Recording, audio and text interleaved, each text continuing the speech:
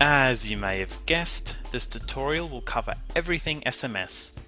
To start our tutorial, let's purchase some SMS credit. Hop over to the Account tab and go down to the Buy SMS Credit option. It's probably worth mentioning now that if you don't have this option, it may be disabled for your account.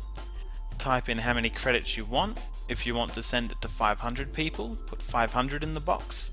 The total cost should instantly update beneath. Postpaid SMS is a system where the messages you send are charged to your next invoice. You should have a limit of about 100 postpaid SMS credits, but you can request more through your support team, or you could purchase prepaid SMS credits. To view SMS pricing, click the View Pricing box below. Once you're done, click Next. Enter your payment details and you're done. You can check your balance by clicking Buy SMS Credits again, and it should be displayed under SMS amount. It's possible to collect all the SMS responses. These responses can be used to update a data field, add new contacts to your database, or view reports generated on responses received. To set this feature up, find the database you're sending the SMS to through the Database tab. Using the pop-up menu, click Edit. Be sure when you're selecting a database to send to, you're choosing one with a mobile phone field. Click the SMS Responses tab and you can edit what happens when you receive an SMS response. So I want to update my contact list by asking my contacts to forward their emails to me. The stop and unsubscribe words do exactly that. Add in any extra responses you may receive. Check out the Managing Contact tutorial video to see how to handle unsubscribers. Click Save and you're all done. So we're going to create an SMS. Click Messages on the menu, and using the pop-up menu, click New. Simply enough, there's an SMS message option. Clicking this will bring up a mobile. We'll begin by setting up the settings for your send. You can give your message a name to find it again in your account. This name won't be shown in the actual send. You can set the From section to text, like a name or company, but you won't be able to collect responses unless it's left as system number. It's also worth noting that you can only send SMS messages to contacts with the mobile phone field in the database. You'll also need to set a folder to save your message to.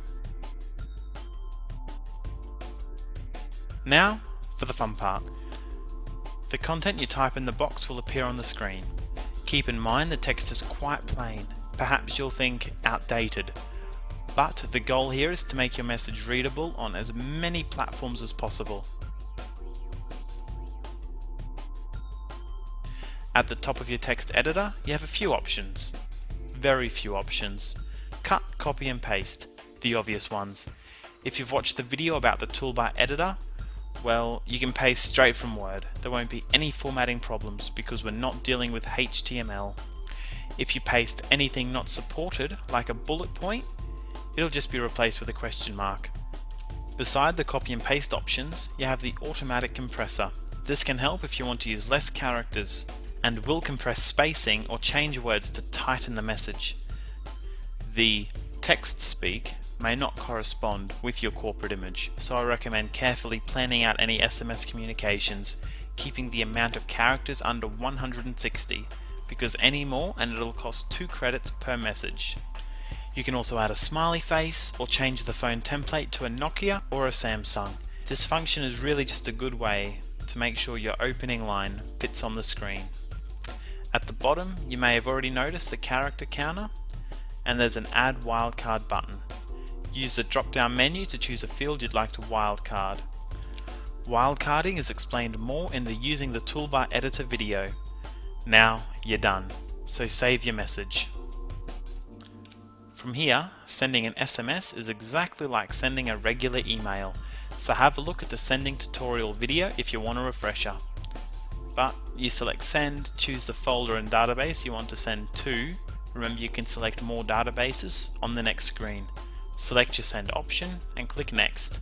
You can schedule your SMS send, add more databases or recipients to the recipient list, and when you're ready, click Send.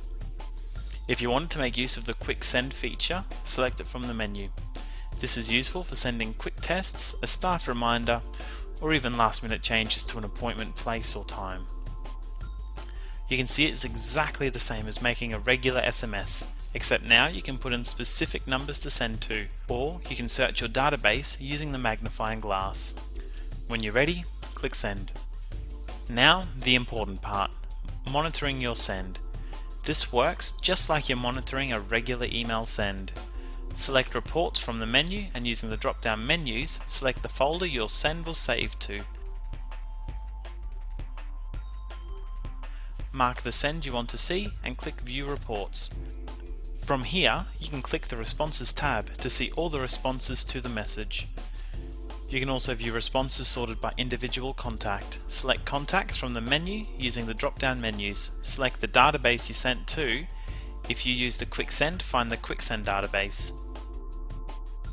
You may need to change the field settings to display the field you chose to collect responses for.